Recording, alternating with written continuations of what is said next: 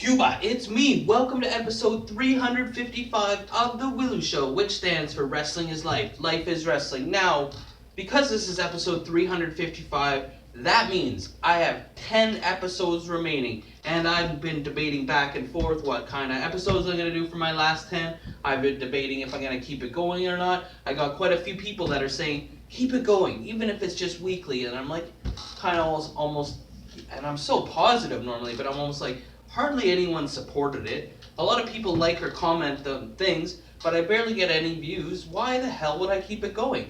And then I've also been like, I'm always so positive, maybe I should go with a bang and just everybody that I got a grudge with and a gripe with, maybe I should just shoot on everybody and tell how I really feel, but I'm just so positive. So I don't know. So I'm going back and forth. But I've done a lot of tribute episodes throughout the Willow Show. Usually it's on people's birthdays. But now that we're winding down, it's just like, hey, I gotta fit it in when I could fit it in. So today's tribute is to the wrestler formerly known as Fubio. Now, Fubio came to the wrestling school in 2000, and it might have been late 2000 actually. I can't remember if it was late 2000 or early 2001. And he came with his brother Robert. Jermaine and Robert came from the mean streets of Chicago. Their mom worked at the fish market, I believe.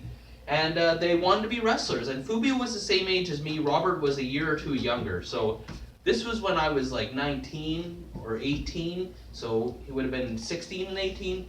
But so anyway, they came to the school, and good old Ike Shaw came up to me and says, Elian, I want you to take these boys under your wing. I want you to show them around town, show them how to get to the grocery store, teach them the ways of the school, how we behave, blah, blah, blah, blah, blah.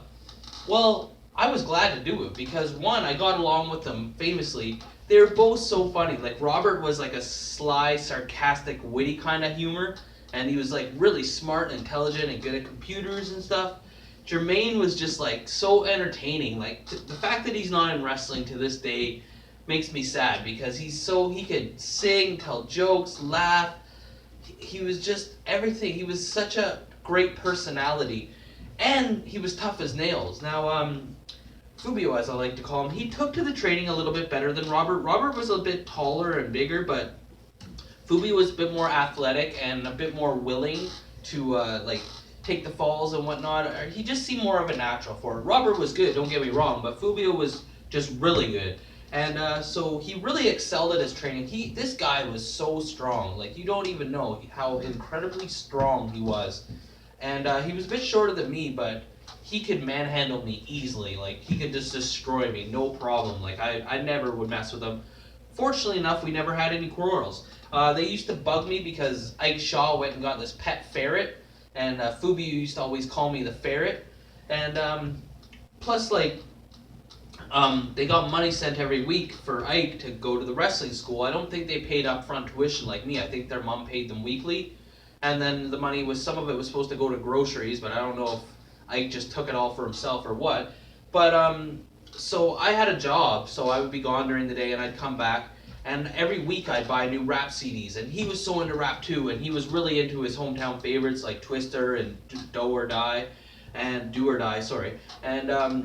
but I remember, like, every time I'd get a new CD, me and Fubio would just listen it together. And he would always just pick one song and put it on repeat for like 2 hours. Like, I remember this AZ CD I got, Asiatic, and he loved the track, I Just Want to Be There. And he would just put it on repeat for hours and hours and hours. And basically, it ended up that I ended up moving out of the school.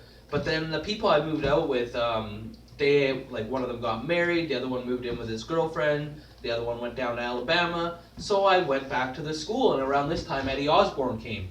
So there was 2 bunk beds in this one room, the back room, the troublemaking room, and it was me, Eddie Osborne, Robert, and Fubio. And man, some of the greatest times in my whole life were there. And we trained hard. Like, we did practice matches constantly. We did our 3 hours of training with whoever the trainer may be at the time. 5 nights a week. Like, we all took it so seriously. Wrestling really was our life. We would have shoot fights. Even in the bedrooms, we would just like attack each other and try and stretch each other and stuff like that. It was constant. And it was just a great time of my life. And then me, Fubio, and Lance would call ourselves the Rolling 20s, the low-life Rolling 20s, because we were all 20 by this point. And I actually got a chance to wrestle Fubio um, ACW, which is run by Ike, did a bunch of shows in Woodstock, and I was on the first two under a mask as Jam G. And then after, one of the Highlanders, I think it was Robbie, he ran a show in Woodstock because it was his hometown and it was so successful. And I remember I got to wrestle against Fubio, who is managed by Jesse Jones, and that was one of my favorite matches of all time.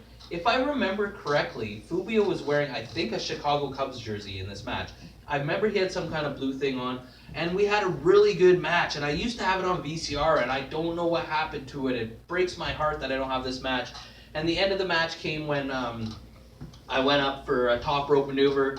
Jesse Jones distracted me. Fubio came up with the superplex. Boom.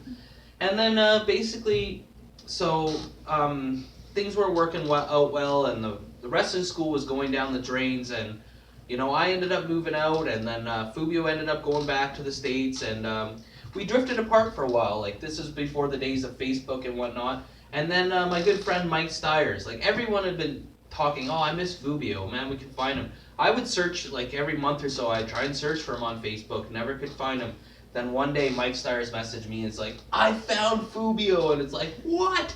So we all got to reconnect again, and it's really great, and I just miss you, Fubio. You're one of the greatest people I ever knew in my whole life, and I have so many wonderful memories of hanging out with you. I remember being at Russ and Sandy's wedding. I still have a picture of us from Russ and Sandy's wedding, and sitting at the table there. Oh man! And so yeah, I even wrote him a song. Like, it's not the greatest quality. I mean, I recorded it with my phone. I took that PD Crack beat, one for PD Crack and two for free. I took that beat and I made a little song for Fubio.